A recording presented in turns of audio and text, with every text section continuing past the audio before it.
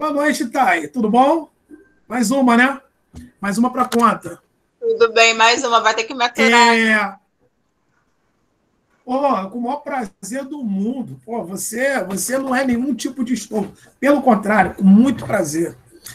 E ainda mais você que é a aluna de sempre, né? Ou seja, sempre esteve aí, então você já é da casa. Valeu, você Então, como a gente vai trabalhar isso, professor? Eu vou trazer as questões e dentro de cada questão uma mini aula para você. Tá? E aí, é claro, vou contar muito com a sua dúvida. Se tiver alguma, apresente, que a gente vai estar sanando da melhor forma. Certo? Então vamos lá, vamos começar. Todas estão conseguindo visualizar aí a prova? A prova de 2015 Professor, tem como colocar mais perto? É claro, Claro, minha querida. Você não manda. Aqui você não manda. Você determina, certo? Vê aí quando tiver bom. Não, você determina. O que você falar está falido. Mais um pouquinho. Vê se ficou bom. Mais um pouquinho, por favor. Mais um pouquinho. Peraí. E aí, foi? Foi, tá ótimo. Valeu. Mais um pouquinho. Isso. Bom, se vocês quiserem, tem outras questões, porque não dá para separar só as questões de geografia. Então, vocês ainda vão ter a oportunidade de resolver outras questões. História. Deixa eu ver mais o que.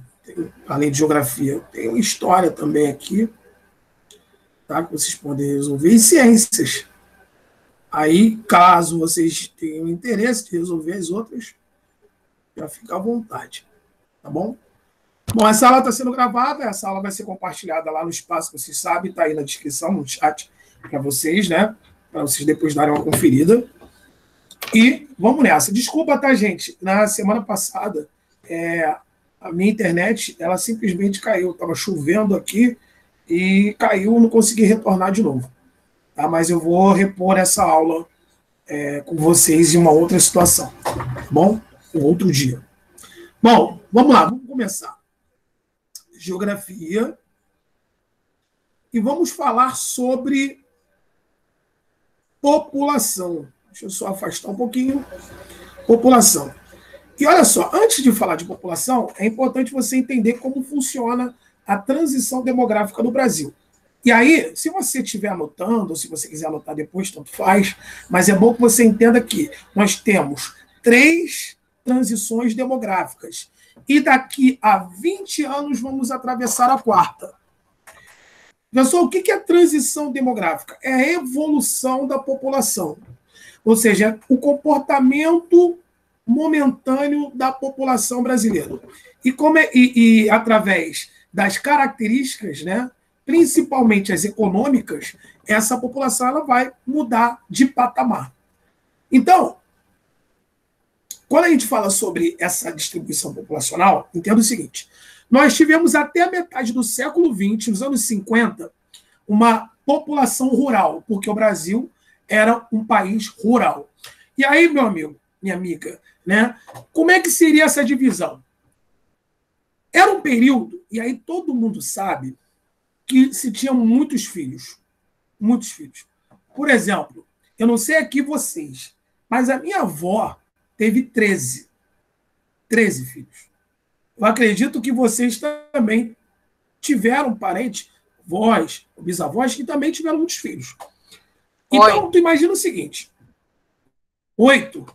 Olha só, é um número. Hoje, imagina hoje, meninas, você com 8 crianças em casa. Se com 2 você já está morrendo. Com uma, na verdade, você já está passando mal. Imagina 8. 8. E aí a questão é, como é que era antigamente, professor? Bom, imagina que quanto mais crianças se tivesse em casa, então, mais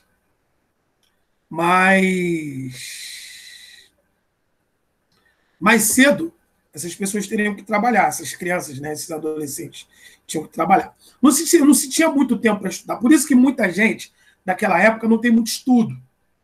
porque você não tinha muitas condições. O Brasil era rural. E quando eu falo Brasil rural, é por quê? Porque a economia do Brasil era rural. Era a época em que o café dominava as relações econômicas, principalmente das exportações brasileiras. O café sozinho, ele era responsável por 40% da exportação do Brasil. Ou seja, o Brasil vivia do café. E isso foi até a República Velha, isso foi mudando até Getúlio Vargas, que chega ao poder a partir de 1930 e fica 15 anos de um governo ditatorial para mudar essa configuração. E assim, ele cria as bases industriais do Brasil e Juscelino Kubitschek, no final dos anos 50, ele promove a Revolução Industrial e, a partir daí, você tem os governos militares que continuam esse crescimento industrial no Brasil. Então, olha só, o que eu quero que você saiba. A primeira transição do Brasil. Brasil rural. Até metade do século XX. Nascia muita gente, que aí você tem que entender o seguinte. O que seria esse crescimento vegetativo, professor? É a taxa de natalidade, o número de nascidos, e a taxa de mortalidade, o número de mortes. O crescimento vegetativo dessa população é a diferença entre a taxa de natalidade e a taxa de mortalidade. Para ficar mais didático ainda, imagina o seguinte. Se eu tenho dentro de uma casa 10 pessoas, certo? Morre 5. Então, eu vou ter 50%. Ou seja, morreu 50% daquela população. Se eu estou dentro de uma casa, morre 10 pessoas, morre 8, eu tenho 20%. E assim por diante. Agora, se morre todo mundo, eu tenho 0%. Então, nesse caso, a população vai se comportar dessa maneira. Olha, eu tenho uma taxa de natalidade de 100 pessoas. E eu tenho uma taxa de mortalidade de 50 pessoas num determinado lugar. Então, a minha taxa de natalidade ainda é superior. Então, o meu crescimento vegetativo é positivo. Por quê? Porque a minha taxa de natalidade, ou seja, o número de pessoas no mundo é maior do que o número de pessoas que deixaram o mundo, que morreram. Então, esse crescimento vegetativo vai ser o comportamento da população. No Brasil rural, nascia muita gente, porém morria muita gente. Então, essa taxa de natalidade e essa taxa de mortalidade era equilibrada. Por quê? Da mesma forma que nascia muita gente, também morria muita gente. Então, tanto a taxa de natalidade quanto a taxa de mortalidade eram equilibradas. Ou seja, nascia muita gente e morria muita gente também. Isso foi mudando a partir dos anos 50, como eu falei para vocês, que o Brasil começa a se industrializar e com a industrialização, o Brasil já tem mais condições de investir em estrutura. E essa estrutura chega ao Brasil através de quê?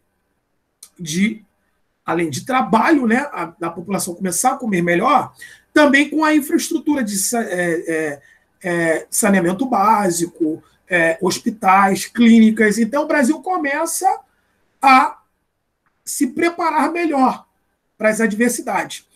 E isso faz com que as pessoas morram com menos frequência, melhor dizendo. Então, as pessoas vão morrer com menos frequência. Então, a taxa de natalidade que nós conversamos do Brasil rural continua alta.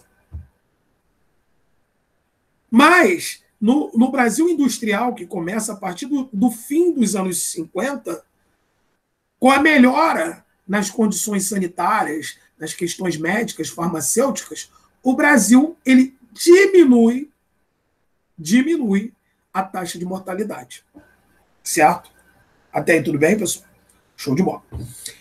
E aí é a fase que nós estamos vivendo agora, que começa a partir dos anos 70, que é o Brasil urbano.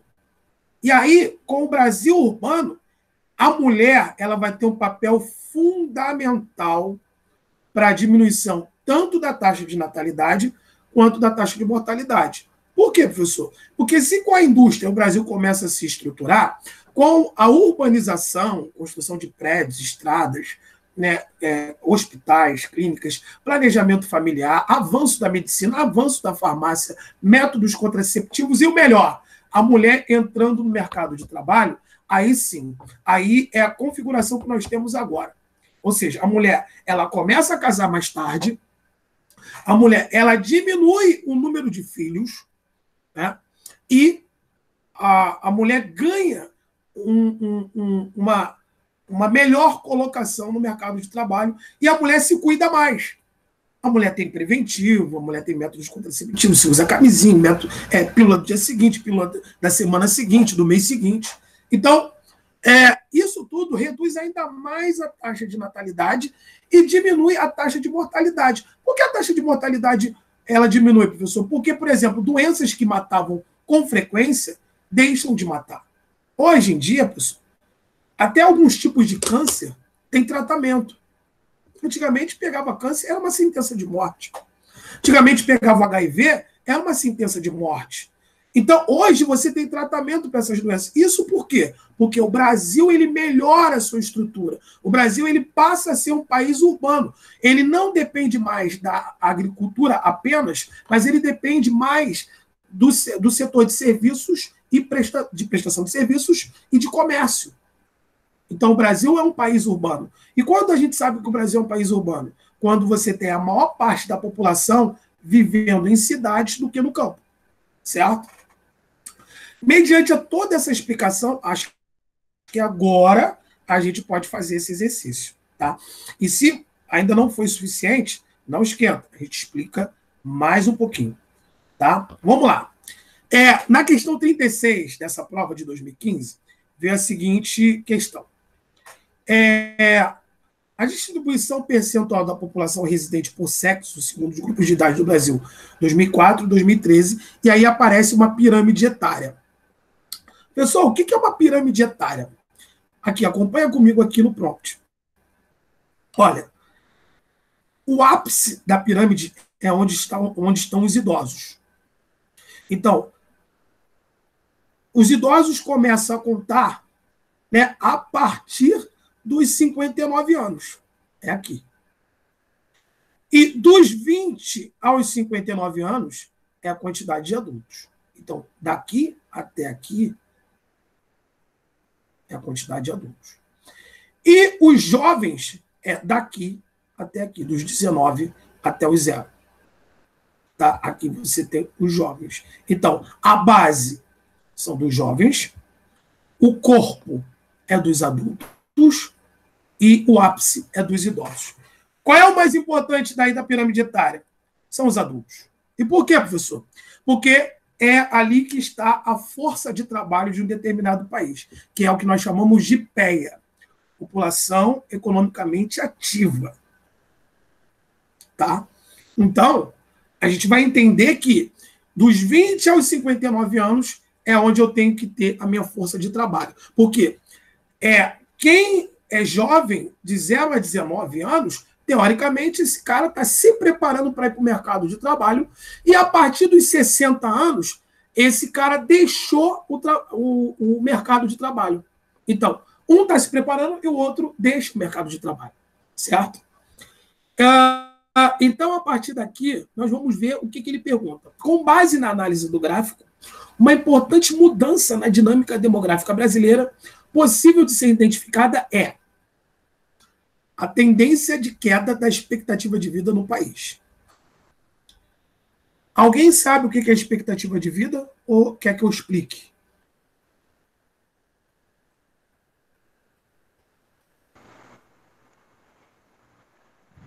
Expectativa de vida é, por exemplo,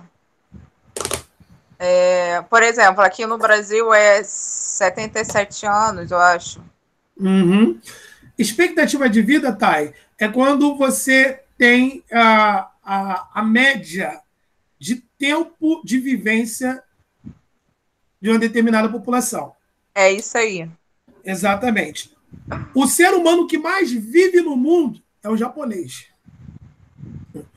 Eu costumo até zoar, porque, Thay, é a melhor dieta do mundo, peixe com arroz. Que pena que a gente não come só isso, né? Peixe com arroz. É a melhor dieta do mundo. E vamos entender o Japão. Cara, o Japão tem muitos problemas em termos de geografia, geológico. Mas O que não tem no Japão? O Japão tem tudo, é um país desenvolvido, é um país que renasceu das cinzas nos anos 60, ou seja, e já era grande antes disso. O Japão, que é um arquipélago minúsculo no Oceano Pacífico, mas é um país totalmente equipado. Então, o cara tem de tudo, saúde, educação. Gente, o professor no Japão é a terceira profissão de maior salário. Ai, meu Deus. Não digo que eu queria ser japonês, não. Não digo que eu queria ser japonês, não, né? Porque eu passo longe disso, mas dá uma inveja. Enfim, educação, saúde, estrutura, urbanismo, tudo. O ser humano que mais vive é o japonês.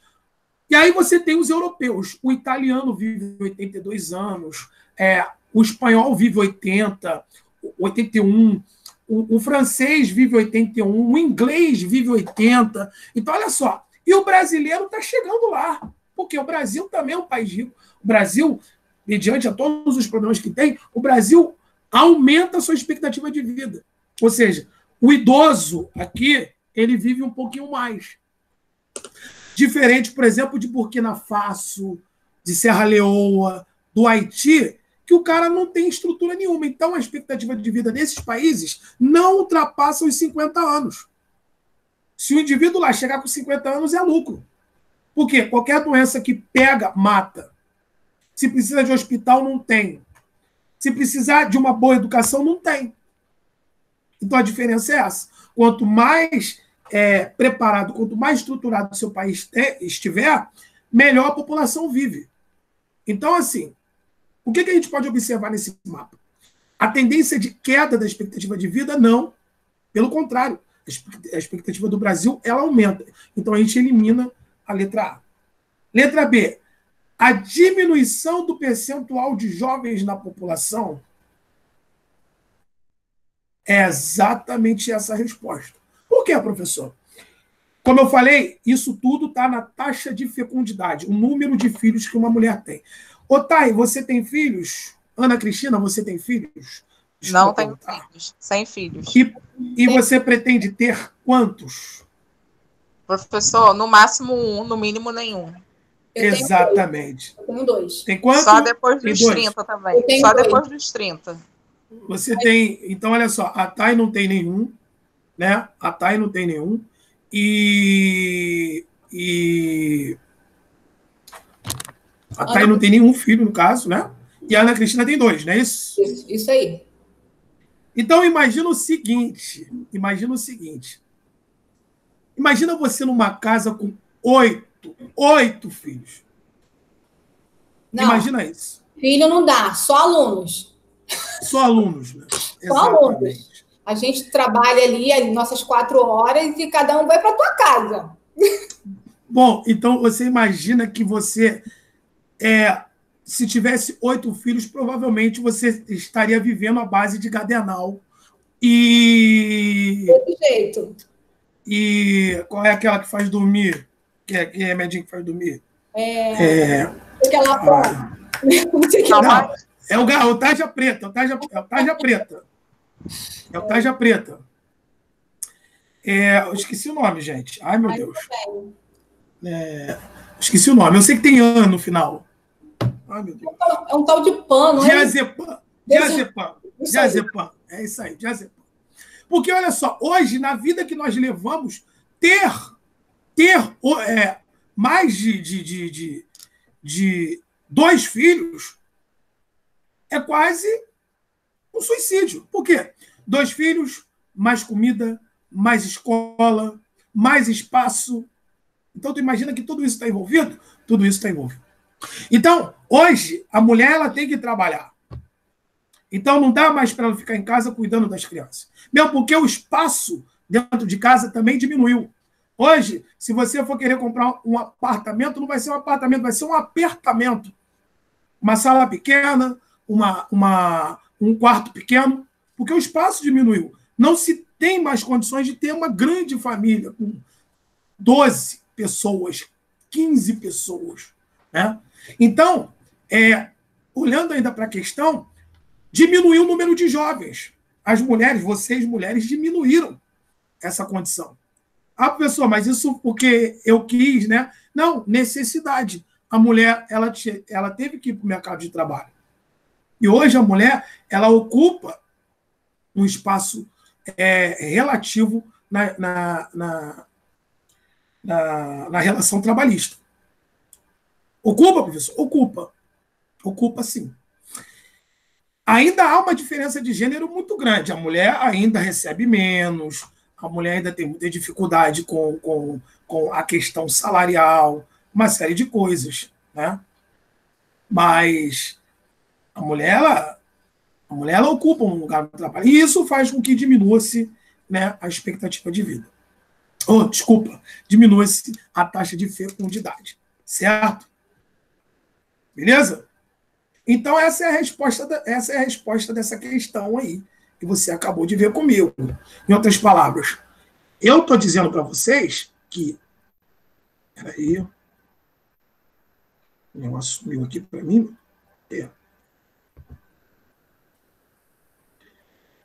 Tá. Foi. Então, a questão maior é o seguinte. Eu tenho... Oh, meu Deus, cadê? Toda hora sumiu essa porcaria. Eu tenho uma diminuição do percentual de jovens. E hoje eu tenho o quê? Mais jovens, mais adultos? Hoje, no Brasil, nós temos mais adultos. E por quê? É uma matemática simples, é um raciocínio lógico simples. É um país que foi de maioria jovens, porque se reduz a mortalidade, né? Então, a taxa de natalidade continua alta. Então, você teve muitos jovens no Brasil industrial. Esse jovem que posso me colocar, eu tenho 42 anos, então eu era o jovem do final dos anos 70 e hoje eu sou o adulto dos anos 2000. Daqui a 20 anos eu vou ser os idosos, né, de 2040. Se eu chegar lá, não sei. Tem alguns crimes aí, né, algumas noites perdidas e tal. Não sei se eu vou conseguir chegar lá, não. Tomara que sim.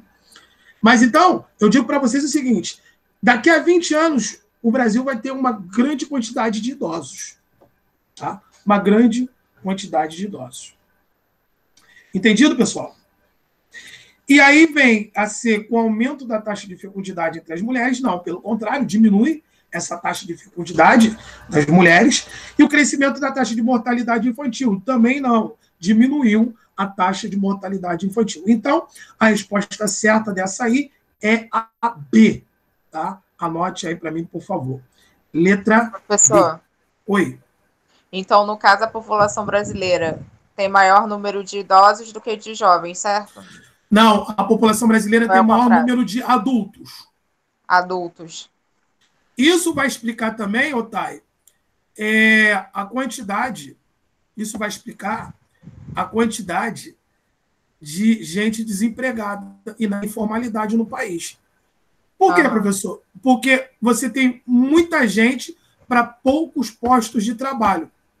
O grande problema no Brasil é que, e o desafio do Brasil é sempre aumentar esses postos de trabalho.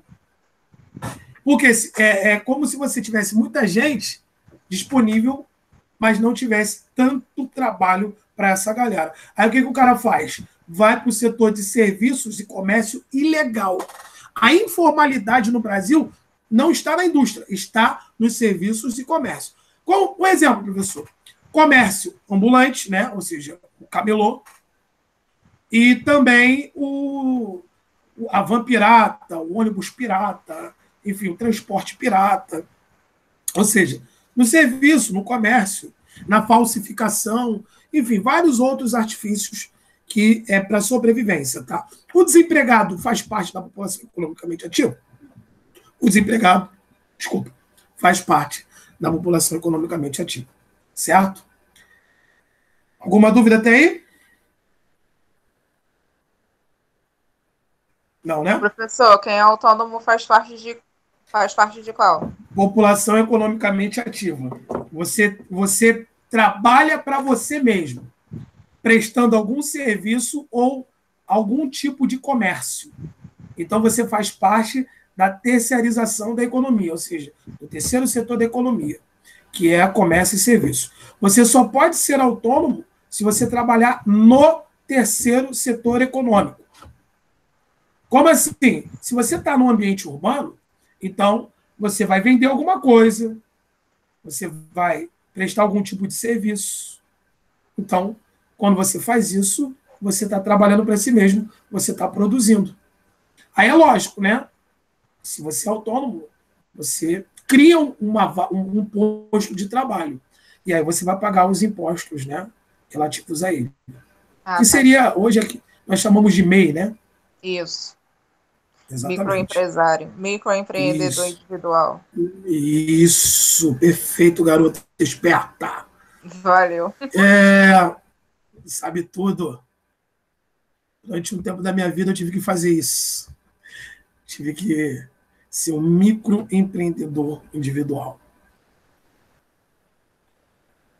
Tive que me virar. A vida não foi muito gentil comigo, não, mas eu corri atrás e é isso que importa. Não é assim? É assim que a gente funciona, né? É verdade. Então vamos lá. Vamos seguir aqui o barco. Cadê? Vamos lá. Seguindo o barco aqui. Agora a gente vai partir para a questão 40. Pessoal, essa prova é de quando mesmo? Essa prova...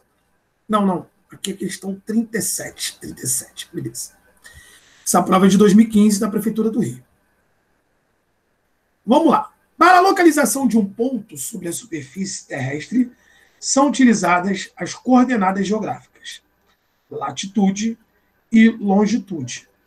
Se, por exemplo, uma cidade possui alta latitude, pode-se afirmar que ela apresenta uma localização próxima ao meridiano de Greenwich,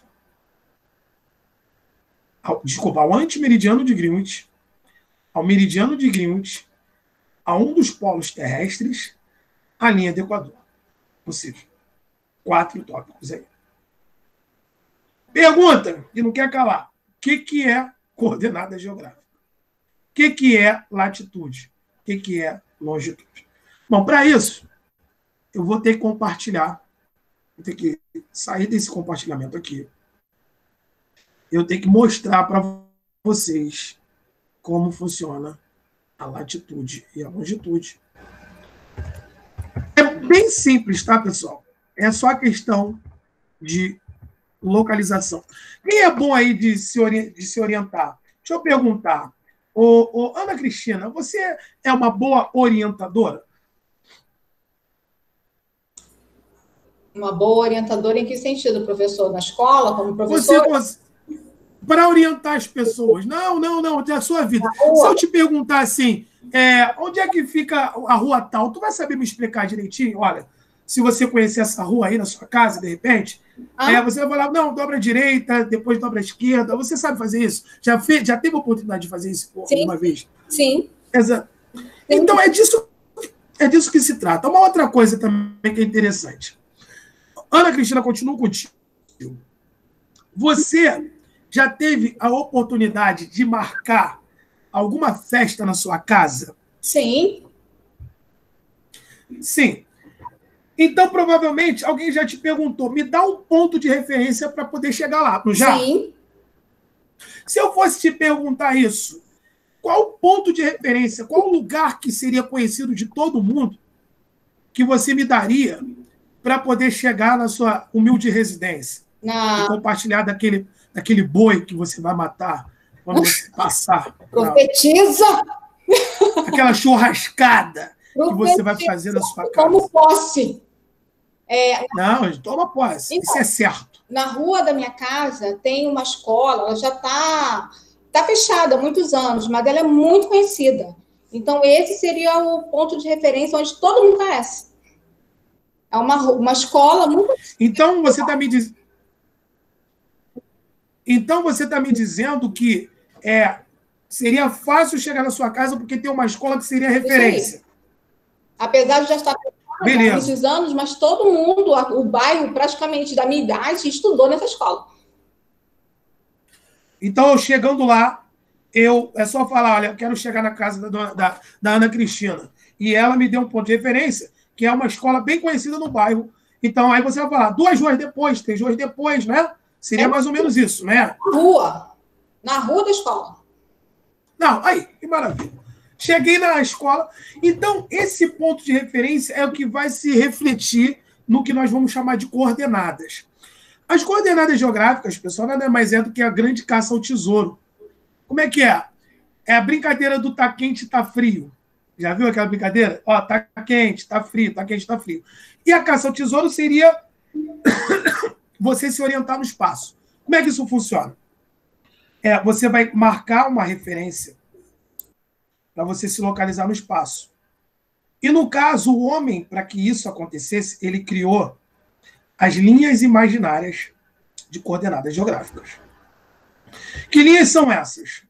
São as latitudes e as longitudes. Pessoal, latitude e longitude eu já ouvi falar, mas eu tenho uma dificuldade de identificar qual que é qual. Então, é para isso que eu vou compartilhar com vocês aqui, tá?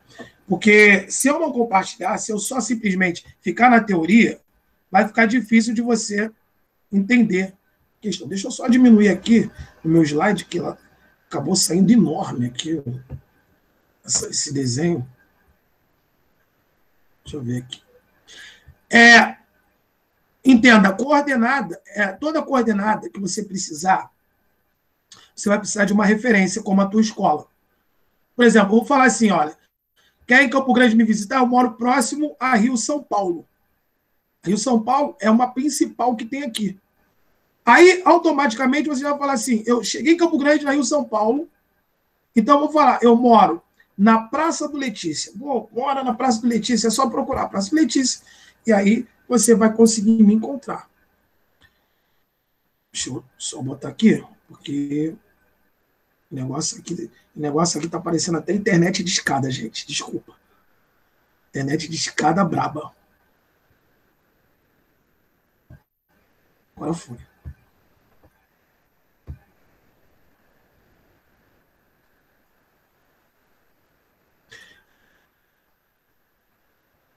Agora foi. Vamos lá. Vou compartilhar com vocês aqui rapidinho.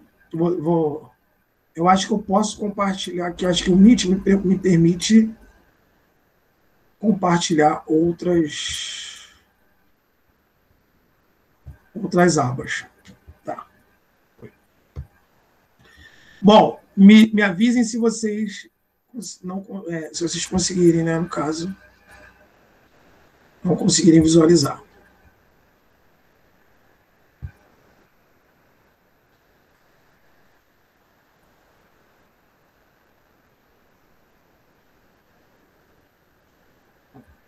Tá todo mundo visualizando? Não, professor, não tá aparecendo nada ainda. Ué, gente. Tô vendo o seu rosto, professor. Que merda, hein? Ó, que porcaria, bela porcaria, hein?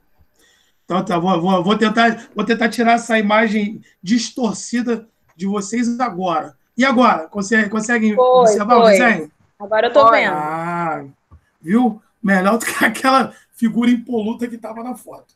Bom, olha só. Olha só, gente. Então, é simples. Vocês estão vendo aqui? A latitude é uma linha imaginária que vai cortar de norte a sul, tá? Dividindo o planeta em hemisfério leste, ocidental, e hemisfério oriental. Tá? Desculpa, oriental, leste, ocidental, oeste. Então, aqui do meu lado direito é leste, tá vendo? E aqui, para o meu lado esquerdo, é oeste. Então, a brincadeira é o seguinte, pessoal. Uma brincadeira bem antiga chamada Batalha Naval. A galera aí que curtiu o banco imobiliário. Antigamente a gente tinha infância, né? Teve uma infância maneira, jogou dominó, dama, banco imobiliário, batalha naval, gente. O que era aquilo? Eu joguei muito a batalha naval, então não tive dificuldade com essa matéria. Então você também não vai ter. Olha aqui. Imagina que de norte ao Equador, o que é a linha do Equador? É o paralelo que vai ser o marco principal, o ponto de referência da latitude. Então, De norte à linha do Equador, eu tenho 90 graus. Do Equador até o sul, eu tenho mais 90 graus. E aí, 90 mais 90, 180. Mais 90, mais 90, 180. 180 com mais 180, 360 graus. O raciocínio é esse. Então, o que essa latitude ela vai provocar? Ela vai provocar as zonas climáticas da Terra. Pessoal, o que é a zona climática? Já vou explicar para você agora. A zona climática, todo mundo já ouviu falar. Polo, Círculo Polar Ártico, Trópico de Câncer, linha do Equador e Trópico de Capricórnio e Círculo Polar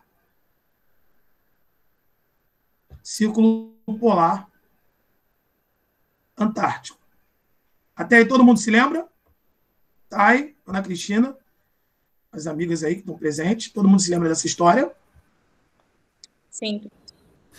Beleza. Sim. Sim. Então tá aí, ó. Agora, meninas, para vocês ganharem o 10. Para ganharem o 10. A latitude é essa aqui, tá vendo? É a coordenada geográfica que vai cortar o planeta no meio, né? E a latitude, a linha, quer dizer, as linhas que vão cortar no meio e também nas extremidades, de 0 a 90 a linha do Equador, de 0 a 90 a linha do Equador sul e 0 a 90 norte. Então, olha só, a pergunta que não quer calar é o seguinte: se eu tenho uma cidade, está todo mundo aí conseguindo ver, né? Se eu tenho uma cidade aqui nessa faixa vermelha, chamada zona tropical, essa cidade vai ser uma cidade quente ou vai ser uma cidade fria? Quente. Se eu tiver uma cidade nessa zona polar aqui, vai ser uma cidade quente ou uma cidade fria? Fria. Fria. Então, quanto mais próximo da linha do Equador, mais quente ou mais frio? Mais quente. Mais quente. Quanto mais próximo ao Círculo Polar Ártico ou Antártico, mais quente ou mais frio? Mais frio. Mais frio. Então, olha só, a brincadeira é o seguinte: se eu tenho uma cidade a 30 graus de latitude, essa cidade vai ser uma cidade quente ou uma cidade fria? 30 Quente. graus, tá vendo? Quente. Se eu tiver uma cidade a 60 graus, quente ou frio? Frio. Fria. Frio. Então, sempre conta aqui, ó. Linha do Equador, 0. A referência é a linha do Equador, né? Exatamente, que é a mesma referência que a gente vai comer o churrasco na casa da Ana Cristina. Eu preciso ter uma referência. Porque senão a gente não vai comer o churrasco na casa da Ana Cristina. Professor, Oi. essa localização de 30 graus é fria ou é o clima temperado? Não, aí é uma outra conversa, tá? Ah, tá. Primeiro estamos no quente e frio. É quente ou frio? Entendi. Primeiro estamos nessa conversa aí. Aí, quando você for analisar a questão, vão perguntar: o Rio de Janeiro está a 22 graus latitudinais. Você já sabe que o Rio de Janeiro é uma cidade quente. A Sibéria está a 68 graus, Sibéria na Rússia, está a 68 graus latitudinais, ou 68 graus de latitude norte. Então já sabe que é uma cidade fria. Aí, olha só, você tem a média aqui, tá, pessoal? Porque, como eu falei para vocês, você tem aqui a linha do Equador, 0 graus. Até 30 eu tenho uma zona equatorial. De 30 a 60 eu tenho uma zona tropical temperada, que nós chamamos de temperada do sul e temperada do norte. O Brasil é um país tropical? É um país tropical. O Brasil está aqui, ó. E a nossa zona temperada é o sul. Então, você tem 3 divisores aí. Ou você está na zona polar, ou você está na zona temperada, ou você está na zona tropical. Então, respondendo a tua pergunta, de 30 a 60 eu tenho que zona? Temperado. Temperado. Exatamente. De 0 a 30 eu tenho que zona? Tropical. Tropical. E de 60 a 90 eu tenho que zona? Fria. Polar. Fria. Polar. Então a brincadeira é essa. A brincadeira é só essa. Ou seja, eu tenho a latitude, as cidades mais próximas dos círculos polares vão ter uma latitude maior. Tá, pessoal? Ou seja, a Sibéria tem 68, o Brasil tem, o Rio de Janeiro tem 22. Então, a latitude da Sibéria é maior. Então, a Sibéria vai ser mais fria do que o Rio de Janeiro. E aí nós podemos brincar com várias cidades aqui, ó. Por exemplo, o Alasca é uma cidade o quê? Fria ou quente? Fria. Manaus é uma cidade fria ou quente? Quente. Quente. A China está num ambiente... A China é aqui, ó, tá, pessoal? A China está num ambiente temperado, tropical ou polar? Temperado. Temperado. E só para deixar claro, 70% da população mundial vive nas zonas temperadas, tá? Oi. Temperado, eu posso classificar como meio termo entre frio e quente? Sim, ou não? É o equilíbrio climático. Por que isso, pessoal? Porque a gente, quando fala de latitude, fala de insolação solar, ou seja, insolação solar, que idiota, meu Deus. Perdoa, gente, mas é imbecil. Que imbecil, né, gente? E é gravado isso. Mas enfim. Deu ruim. Mas assim, eu estou querendo dizer que irradiação. Irradiação solar. Agora melhorou. Ou seja, é a questão do impacto dos raios solares na Terra. E esse desenho aqui fica melhor. Tá todo mundo vendo o desenho? Sim. Todo mundo vendo o desenho? Sim. Agora fica melhor. Ou seja, o Sol, ele bate aqui. Deixa eu pegar uma imagem melhor. Que mostra o Sol. Eu acho que fica... Assim dá para entender, mas eu queria uma que tivesse o Sol. Aqui. Sol. Difícil achar o Sol, hein? Tá. Achei o Sol. Pronto. Vou botar mais essa figura para vocês verem. Então, assim, tá vendo aí? Agora fica melhor ainda de você observar. Opa, alguém caiu aí. Bom, aqui tá vendo, gente? Ou seja, os raios solares vão atingir a Terra.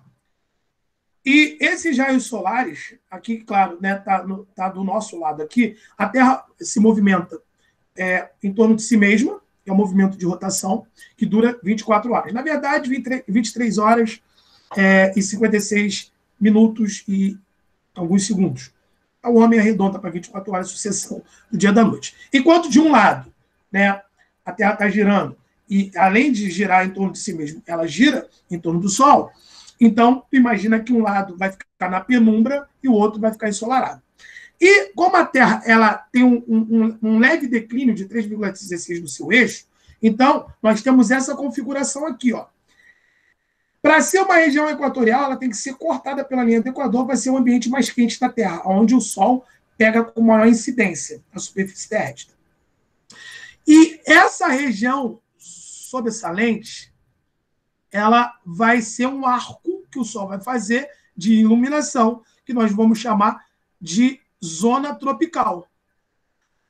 A partir daí, os raios solares vão perdendo força. Que força é essa? De calor. Não de iluminação, mas de calor. Então, nós vamos ter mais temperaturas menos elevadas do que aqui. Por isso, nós chamamos de zona temperada. Está vendo aqui? De 30 graus aproximadamente até 60 graus.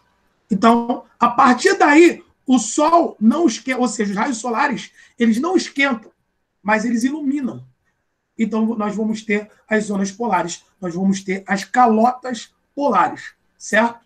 Então, voltando lá na brincadeira, quanto mais próximo estiver dos círculos polares, mais fria.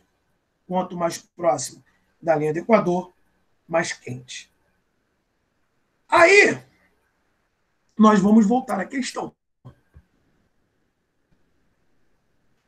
Vamos ver se vocês estão agora tinindo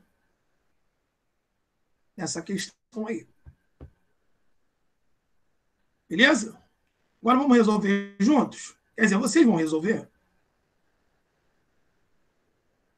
Ai, que maravilha da aula sem saber que vai cair. Tá sentindo falta disso. Para a localização de um ponto sobre a superfície terrestre, são utilizadas coordenadas geográficas, latitude e longitude. Se, por exemplo, uma cidade possui alta latitude, pode-se afirmar que ela apresenta uma localização próxima do antimeridiano de Greenwich, ao meridiano de Greenwich, a um dos polos terrestres ou à linha do Equador. Alta latitude. Não entendi. A um dos polos terrestres. A um dos polos terrestres. Perfeito. Por quê, professor? Porque você viu que essa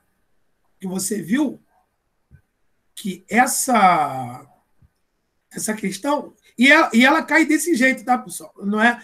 Se fosse para professor de geografia, ela ia vir mais pesada, mas para vocês vai vir desse jeito, tranquilo, uma lógica bem simples, tá? Então não precisem se preocupar de começar a fazer conta, nem nada desse tipo não, tá? Porque ela não cai desse jeito. Então só para poder voltar aqui, aqui. Ué. Gente, sumiu de novo.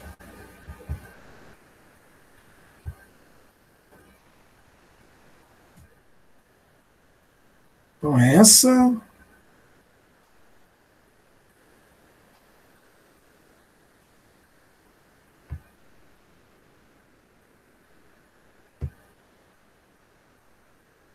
Deixa eu ver aqui. Apresentar uma janela. Então, eu quero uma janela. Vou apresentar a tela inteira, então. Bom, então assim, agora sim. Você está vendo aqui que a questão é simples. Latitude. Aí você vai ter os trópicos, tá, pessoal? Os trópicos. Aí você vai ter Trópico de Câncer, Círculo Polar Ártico, Trópico de Câncer, linha do Equador. Trópico de Capricórnio, Círculo Polar Antártico. Então, esses aí são o quê? Os paralelos. São as linhas de referência da latitude. Certo? Então, aqui, ó, o que a latitude é responsável? Pelas zonas climáticas. E aí temos um outro, pessoal. Temos um outro aqui, que é a longitude. Essa longitude vai ser uma linha horizontal, tá? Que vai dividir o planeta em hemisfério norte e hemisfério sul.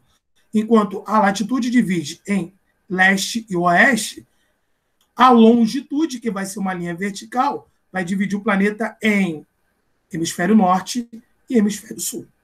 Essa daí vai ser mais fácil ainda, porque ela vai refletir o nosso fuso horário, porque ela fala das extremidades. Certo, pessoal? E aí, como é que eu vou entender isso? Eu sabia que cartografia levaria um tempo, né? Então, vamos entender essa questão da longitude e do fuso horário. Como é que funciona?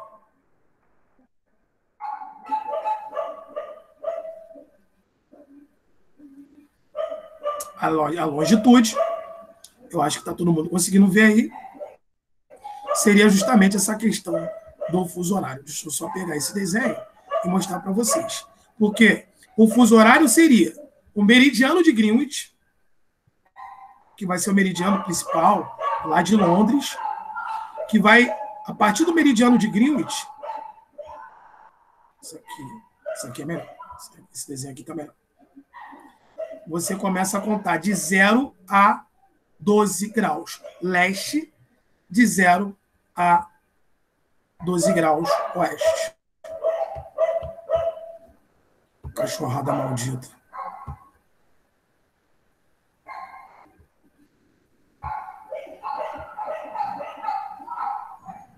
Meu Deus.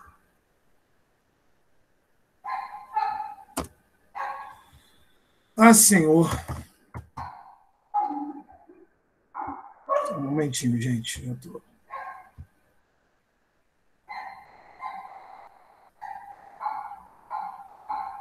Você capturar uma imagem aqui é quase um parto.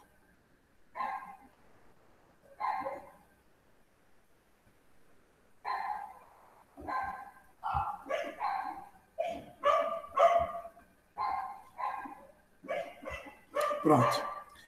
Então, pessoal, olha só. Aqui a latitude, você aprendeu sobre a longitude. Desculpa, você aprendeu sobre a latitude. Agora você vai aprender sobre a longitude. O que a longitude faz? O que é a longitude? É essa linha aqui de coordenada. Essa é a coordenada. Ou seja, de uma extremidade a outra do planeta. Só que você vai rachar no meio o planeta para colocar o quê? A referência. E qual é a referência? O meridiano de Greenwich. Essa linha aqui. Então, de 0 a 180, de 0 a 180. E aí, daqui para lá, para oeste, que aí seria a questão do nosso fuso horário, você diminui as horas. Ou seja, 0, 1, 2, 3, 4, 5, 6, 7, 8, 9, 10, 11, 12. Então, 12 graus leste com mais 12 graus oeste. Então, nós vamos ter 24 fusos horários. 12 para o lado oeste e 12 para o lado leste. O Brasil está onde? O Brasil está aqui, ó. Então, o Brasil, ele pega a partir do fuso de número 2. Menos 2, menos 3, menos 4 e menos 5. Cada fuso horário vai ter 60 minutos. Ou seja, o fuso horário representa 1 hora. Tá? E aí seria o quê? As 24 horas do dia. Então, na verdade, nós temos uma divisão de 24 horas. Ou seja, quando você bate aqui, ó, imagina que você saia daqui do Rio de Janeiro. O Rio de Janeiro está no fuso 3, tá? E imagina que no Rio de Janeiro sejam 10 horas. 22 horas. Então, 22 horas. Você quer ir para Londres, que está aqui, ó, no meridiano 0. Então, 22, 23, 24, mudou o dia. Porque não tem 24 horas, tem 0 horas. Ou seja, 23h59, 0. Aí começa. 1, 2, 3, 4, assim por diante. Então, para frente, para leste, você soma. E para oeste, você diminui. Então, a longitude ela serve para designar o fuso horário. Professor, tem como me explicar isso da melhor maneira? De uma maneira assim, do meu cotidiano? Tem. Todo mundo já abriu uma garrafa na vida.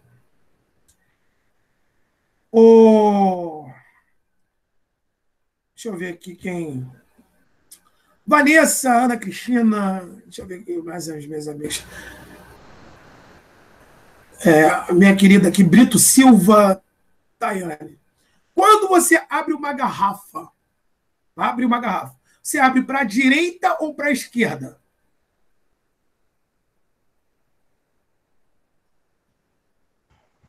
Caramba, professor, para mim depende. Para direita. Para a direita, né? Imagina aqui que esse controle seja uma garrafa. Eu vou abrir uma garrafa. Eu vou jogar para o lado direito. Esse lado direito significa que eu estou positivando, eu estou abrindo.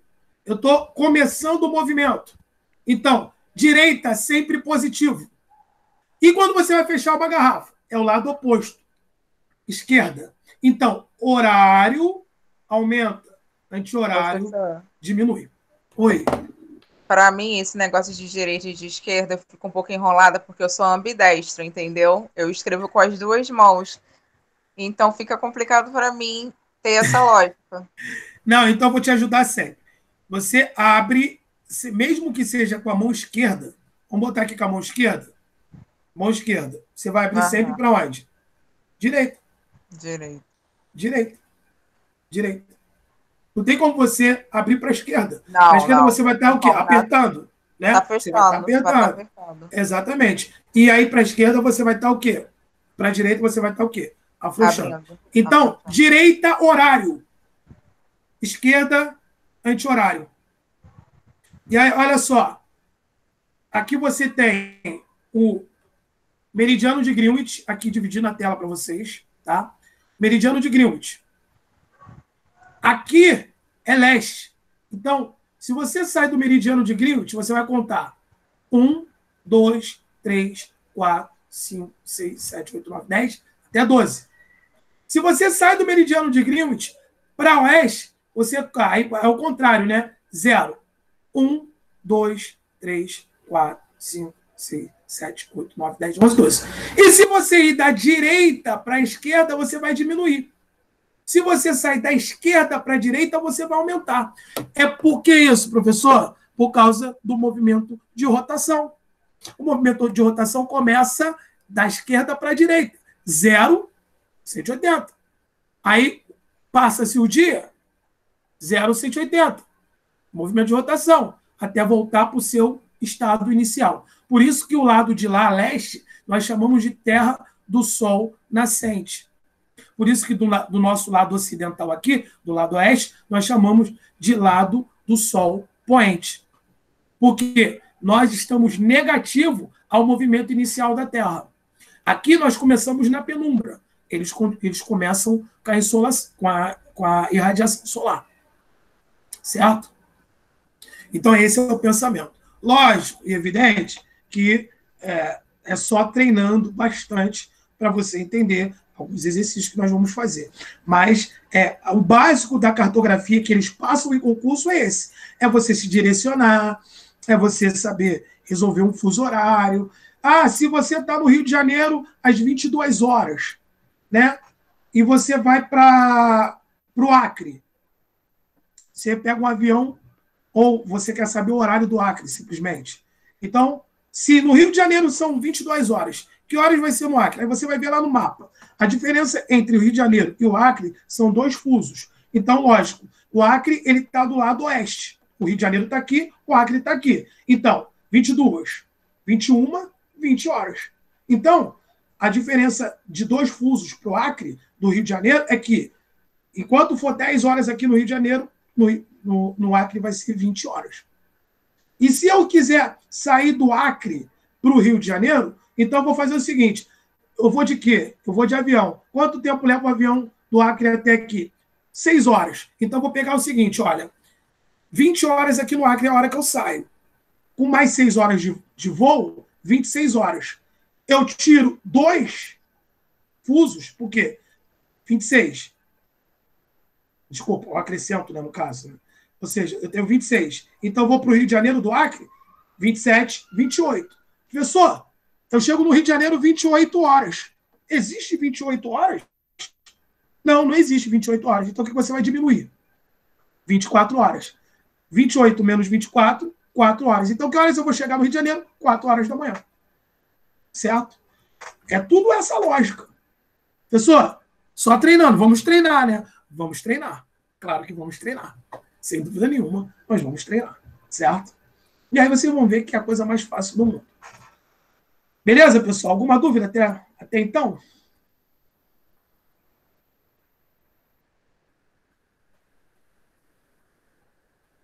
Consegue o barro?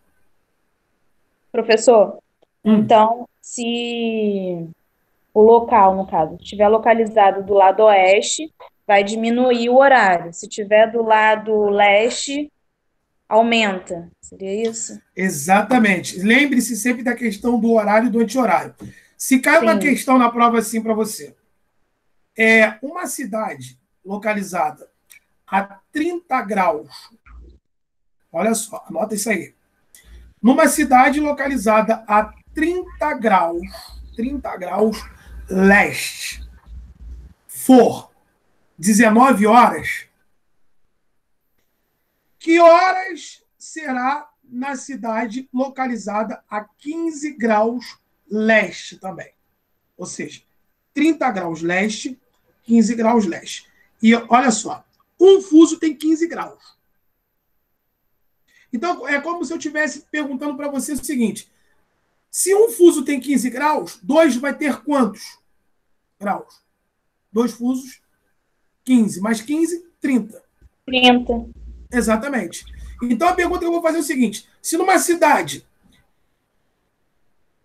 que está localizada a 30 graus leste for 19 horas, na cidade ao lado, que está a 15 graus, que horas vai ser?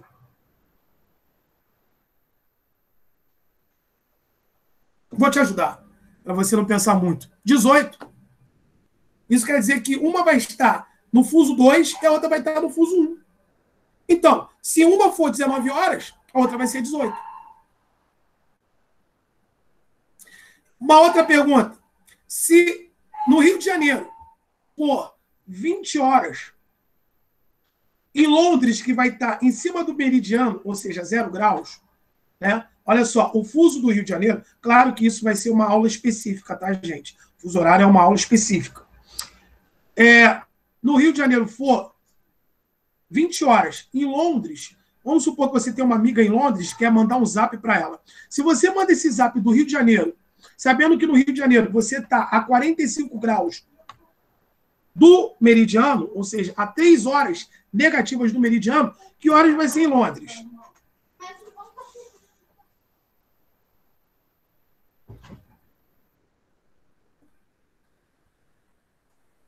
De novo. Pode repetir, professor? Eu desviei a atenção então, aqui. De novo. No Rio de Janeiro são 20 horas. O Rio de Janeiro está a 3 horas, está com 3 horas de atraso do meridiano de Greenwich, que vai estar em Londres. Se no Rio de Janeiro são 20 horas, que horas será em Londres?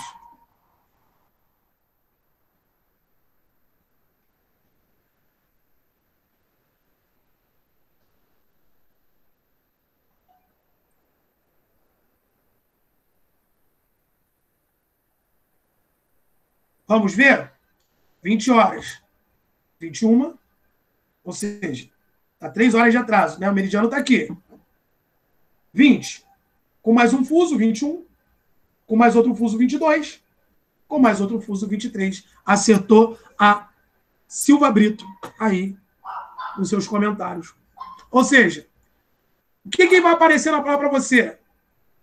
Se uma cidade tem 3 horas de atraso em relação a outra, ou se numa cidade tal é hora tal, que horas será na cidade tal? Então é isso, a questão do horário, que a longitude ela traz para a gente, as coordenadas de longitude e o meridiano de Greenwich. O meridiano de Greenwich vai ser o marco principal, certo? Calma, se não entendeu, vamos ter uma aula específica de conteúdo falando só sobre cartografia, tá? Só sobre cartografia. Fiquem tranquilos que vai dar tudo certo. Mais tranquilo do que você imagina. Mas deu para entender essa primeira parte? Deu sim. Mais ou menos, né, pessoal? Mais ou menos, né? Deu sim. Mais ou menos. Deu. Mas não adianta, tem que exercitar. O fuso horário tem que exercitar. É isso aí, exercitando a gente chega lá. Exatamente. Se exercitar, a gente não chega a lugar nenhum. Quero ver perder barriga sem ir para academia. Até tem, né? Se for ali. E diminuir a comida, né? No meu caso é mais difícil, né? Não sabe como é que é. Né? Tem que diminuir a cerveja também. Não sei se eu estou preparado para isso. Mas eu sempre falo aqui que a barriga é um troféu do homem. Né? Isso significa fartura. Ah, sim. Tá? Esse negócio de barriga de tanquinho é para quem está passando fome. Para quem está passando fome. Entendeu? Eu sempre falo, esse negócio de ficar, não, tem que fazer dieta para perder a barriga. Ué, mas não é justamente o contrário, você tem que comer para ficar satisfeito, feliz, aquela coisa toda. É porque eu tenho que passar fome agora para poder perder aquilo que eu conquistei durante anos. Né? Então tem toda uma lógica. É igual a cartografia, tem toda uma lógica, entendeu? Sim, entendo. Papo de gordo, né? Papo de gordo. Papo de gordo. Mas, E agora na pandemia, então, difícil ficar sem comer, né? Cara, o cara do Zé Delivery aqui já até me conhece. Aí fala, pô, o tempo tá sumido aí. Eu falei, rapaz. Mas estamos aí, né? Tá sumido, irmão. Mas de vez em quando a gente aparece. Deixa eu ver aqui, gente. Olha, hoje promete. Vamos lá de novo. Vamos partir para a questão aqui. 38. Observe o mapa a seguir. E esse mapa está mostrando para vocês um lugar específico. Tá vendo aqui, né? E a pergunta? Oh, meu Deus, saiu. O clima encontrado na área identificada no mapa, com letra A, se caracteriza pela irregularidade na distribuição de chuvas ao longo do ano, pela atuação marcante da massa polar atlântica no inverno, pelo verão com alta pluviosidade e pelo inverno praticamente seco, ou pela influência da altitude na variação do regime de temperaturas. Primeiro, que região é essa? Alguém imagina que região é essa?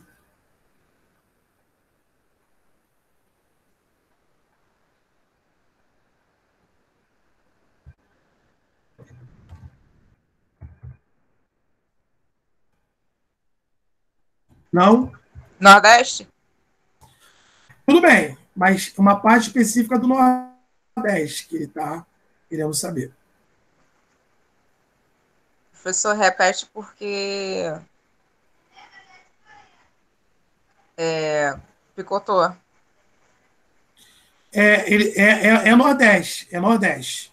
Mas eu quero saber a parte específica do Nordeste, porque ele está perguntando a região. É isso? Não, ele quer saber, ele está perguntando sobre as questões climáticas. Eu vou... clima semiárido. Isso, minha querida, perfeito. Olha só que coisa boa. Né?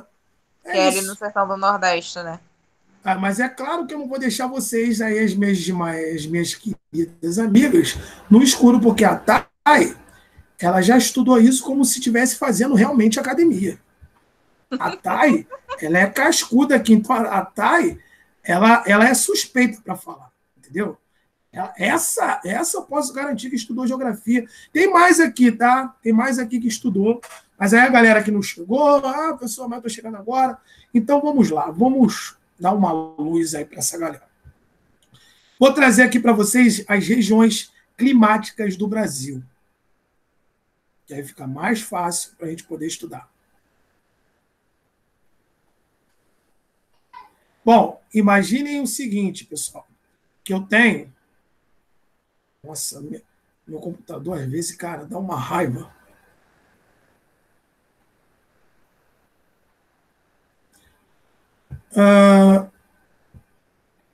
Então, olha só.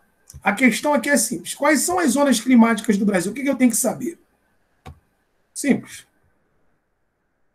O Brasil, ele vai ter essas regiões climáticas. E a que você viu aí é a região semiárida, ou tropical semiárido. Então, vamos lá. Em vermelho, nós temos a região equatorial, que equivale à região norte do Brasil, um pedaço do Mato Grosso e um pedaço do Maranhão. Sendo que em Roraima, você vai ter uma região bem parecida com o que nós chamamos de tropical equatorial, que é uma região que tem cerrado, tá? Em Roraima. Então, região equatorial na região norte, um pedacinho do centro-oeste e um pedacinho do nordeste. Essa é a maior região climática do Brasil, tá? De clima equatorial, onde você tem muita chuva e você tem muito calor, ou seja, altas temperaturas e altas taxas de chuva na região. A segunda maior região vai ser a região tropical, que vai pegar tudo isso aqui. A região tropical pega tudo isso. Só que a região tropical, ela vai ser dividida em tropical típico, que vai ser essa região aqui, em marrom, e tropical litorâneo, que vai ser essa região aqui, que abrange, logicamente, todo o litoral brasileiro.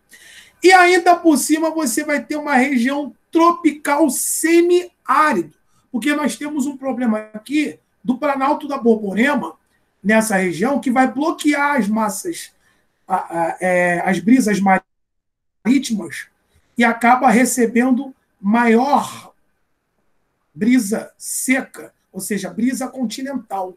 Ou seja, essa brisa continental é mais seca. Então, forma o quê? O polígono, uma zona de alta pressão aqui, chamada de polígono das secas. Para quem já conhece o sertão nordestino, a região semiárida do Brasil, tropical semiárido.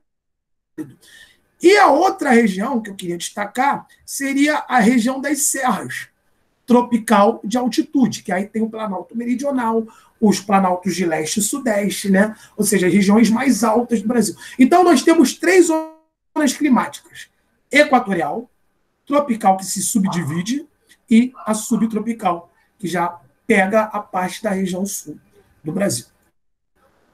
Então, dito isso, nós chegamos a essa conclusão aqui. Ou seja, nessa questão, fica mais fácil agora de você resolver.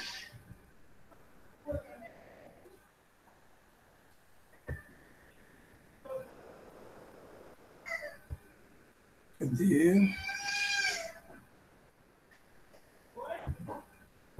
Pronto.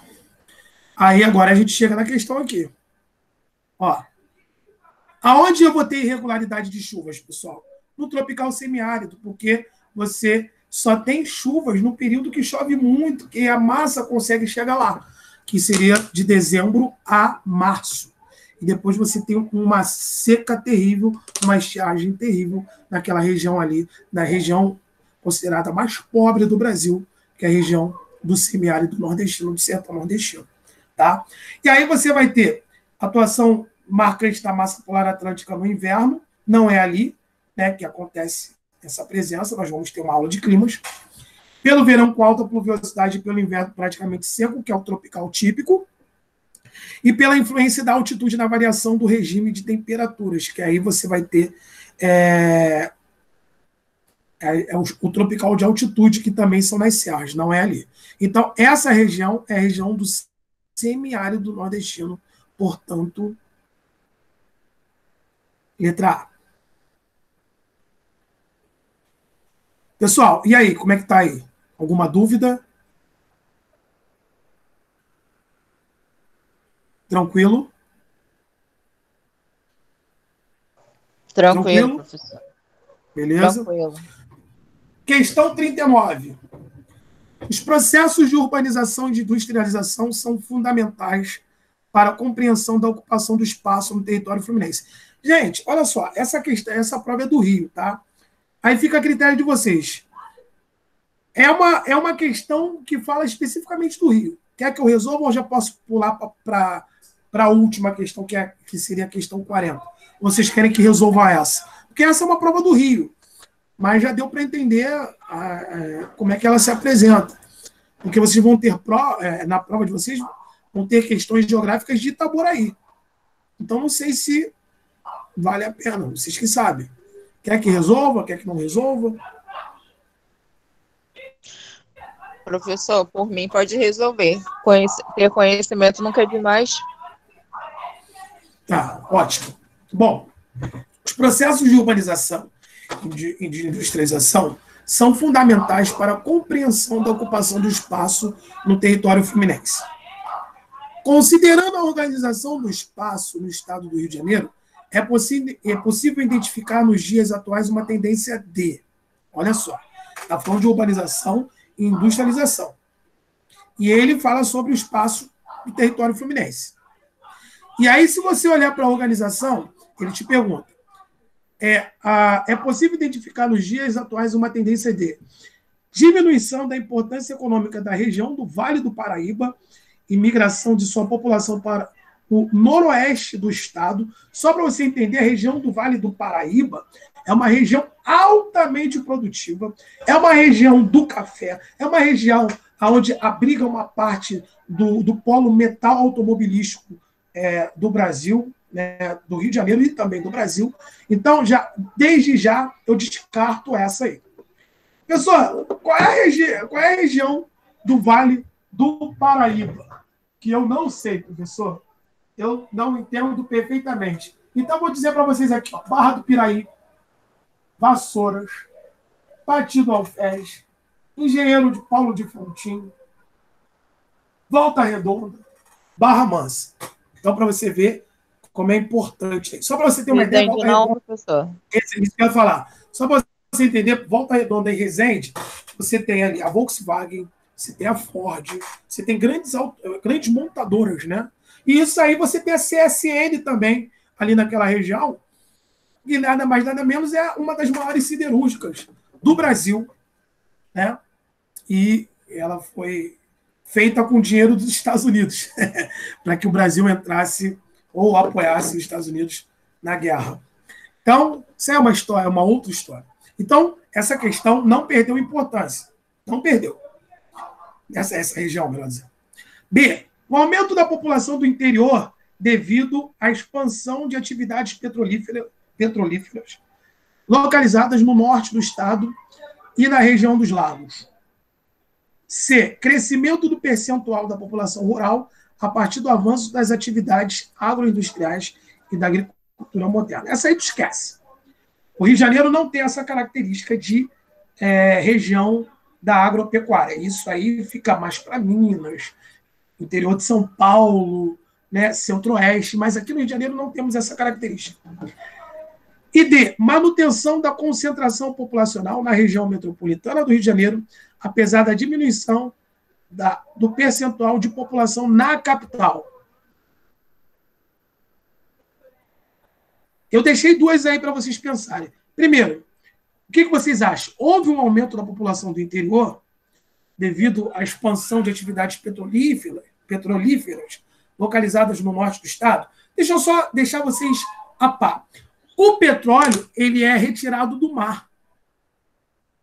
Então, não é uma atividade direta da terra para que haja uma grande aglomeração de pessoas e um processo intenso de urbanização. Como é retirado no mar, então, assim, não tem tanto impacto populacional nas grandes cidades ou nas cidades do interior. Agora, é uma atividade econômica que ela praticamente se isola. Se fosse, assim, um grande processo de industrialização, que aí você está falando de terra, aí beleza. Então, podemos dizer que a resposta certa é a D. Há uma manutenção da concentração populacional maior na região metropolitana, nos 22 municípios da região metropolitana. Porém, muita gente saiu do município do Rio de Janeiro, mas ainda continua muita gente lá, aqui, né, melhor dizendo, mas muita gente saiu da capital indo para municípios do interior. E isso, gente, ia acontecer justamente em Itaboraí. Itaboraí ia acontecer isso em 2014, porque ia inaugurar a Comperj, Complexo Petroquímico, e nós vamos estudar bastante sobre ele. Só que o que aconteceu? O Complexo Petroquímico não foi levado adiante por causa da Lava Jato e de todos os casos de corrupção, Sérgio Cabral, entre outras coisas. Então, o que aconteceu? A galera que foi para lá se deu mal. E olha que teve muita gente indo para Itaboraí.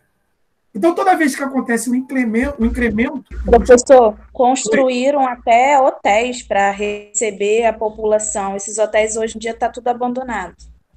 E também eu tenho um amigo que ele é ainda dono de uma casa de show. Ele abriu uma casa de show em Itaboraí. É um bar show. E olha, ele ficou em falência lá. Ninguém ia. E ficou abandonado. Ou seja, o Rio de Janeiro perdeu uma oportunidade de ouro, né, de desenvolvimento econômico depois que o complexo petroquímico, né, ele foi embargado. Eles chegaram a construir o porto, professor? Qual porto? Ah, não, é Itaguaí. O Porto de Itaguaí, mas mesmo o Porto de Itaguaí, ele ia ser ampliado. Gente, Aham. o arco metropolitano ia até Itaboraí. Ia até Itaboraí. Olha quantos municípios iam ganhar, olha o quanto de população ia aumentar na região metropolitana, urbanização. Gente, ia ter um crescimento vertiginoso nas encostas ali do arco metropolitano. E iria-se, com certeza, pedagiar o arco metropolitano, ou seja, você teria uma outra via além da ponte Rio-Niterói, chegando até Itaboraí. Aqui em Caxias pega um pedacinho do arco metropolitano. Exatamente. E, assim, iria emendar ali com a Rio Magé e com a ponte Rio-Niterói. Olha só, gente, que loucura. Não sei se tem gente aí que mora nesse lado aí do outro lado da Poça Gonçalo, Niterói. Mas aquela caída ali da linha vermelha, que agora tem na ponte Rio-Niterói, era para ser o arco metropolitano. Não era para ser a linha vermelha. Porque a linha vermelha, invariavelmente, ela já cai no arco metropolitano, na ponte Rio-Niterói. Então, seria um dos acessos, né? Ainda pode ser porque eles fizeram o seguinte, botaram acesso à linha vermelha, e da linha vermelha teria o acesso do arco metropolitano, mas isso não aconteceu por causa do embargo da obra da Copérg, milhões de dólares ali. Dizem, estão vindo com o papo que eles vão revitalizar e tal, mas oremos, né? E isso pode Foi nessa aí que o Ike Batista, que a casa caiu para o Ike Batista, né, professor? Exatamente aí. Ele constrói o Porto do Açu, né? E o dinheiro dele, mas também se consegue, minha amiga, nossa. Vamos dizer que a fortuna dele reduziu para 300 milhões de reais. Ai, nossa. Eu acho que eu conseguiria viver muito bem com 300 milhões de reais. Ah, mas o homem já teve 15 bilhões de reais. Já teve. Mais 300 milhões de reais, eu acho que eu não ficaria chateado, não. Eu acho que eu não ficaria nervoso, não, gente, sinceramente.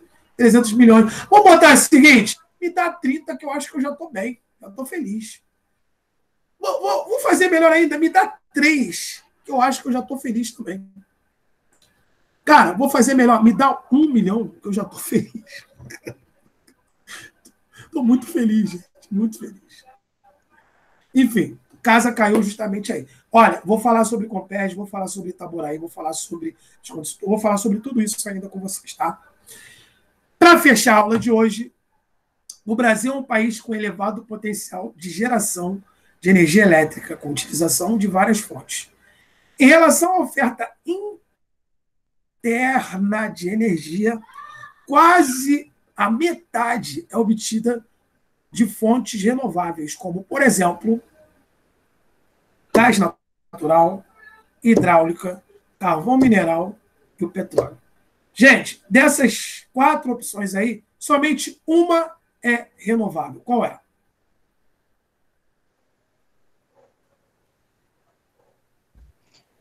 Hidráulica. Hidráulica, exato. O gás natural, que é o estado gasoso ali, ou seja, é o gás oriundo do petróleo, não é renovável. Pessoal, o que é fonte renovável e o que é fonte não renovável? Fonte renovável é aquela que imediatamente é reposta. Fonte não renovável é aquela que leva milhões de anos para ser adquirida em determinado local do meio ambiente. Então, se não tem milhões de anos, você vai tirar o petróleo de lá, você não vai ter milhões de anos para ir. Já a água, né? O que é essa energia hidráulica? É quando você represa rios e você utiliza o sistema de barragens para você obter energia elétrica. E mais da metade, na verdade, 90% da energia elétrica do Brasil é justamente das hidrelétricas, das usinas hidrelétricas, Itaipu, Tucuruí, Belos Montes. Então, a hidráulica é uma energia renovável ao qual nós utilizamos e muito aqui no Brasil. Nós utilizamos energia nuclear também, que é uma fonte limpa, mas a maior parte é a energia hidráulica. Então, letra P. P de bobo. Bom, pessoal, foi isso a aula de hoje. Queria agradecer a vocês. Se não tiver nenhuma dúvida, aula extra para vocês que vai ser marcada, aula de conteúdo. O pessoal que estuda comigo sabe que eu sempre designo uma aula extra, né, de conteúdo, e provavelmente vai ser ou na quinta ou na sexta que vem, tá? Eu não sei quando vai ser a nossa última aula, mas se ficar ruim de tudo, a gente vê se marca no sábado, tá? Vou conversar com a Alessandra. De mais a mais, essa aula aqui vai estar disponível provavelmente na segunda-feira, porque tem que editar. Eu estou cheio de aula aqui para editar, então provavelmente segunda-feira ela já está liberada. Adriana, Ana Cristina, Tatiane, Vanessa, meus amores, muito obrigado por estar aqui até essa hora comigo na sexta-feira. 2 horas de aula, né? E assim, aguardo vocês aqui na próxima, certo? Certo, professor. Bom final de semana para você e para os meninos. Muito obrigado.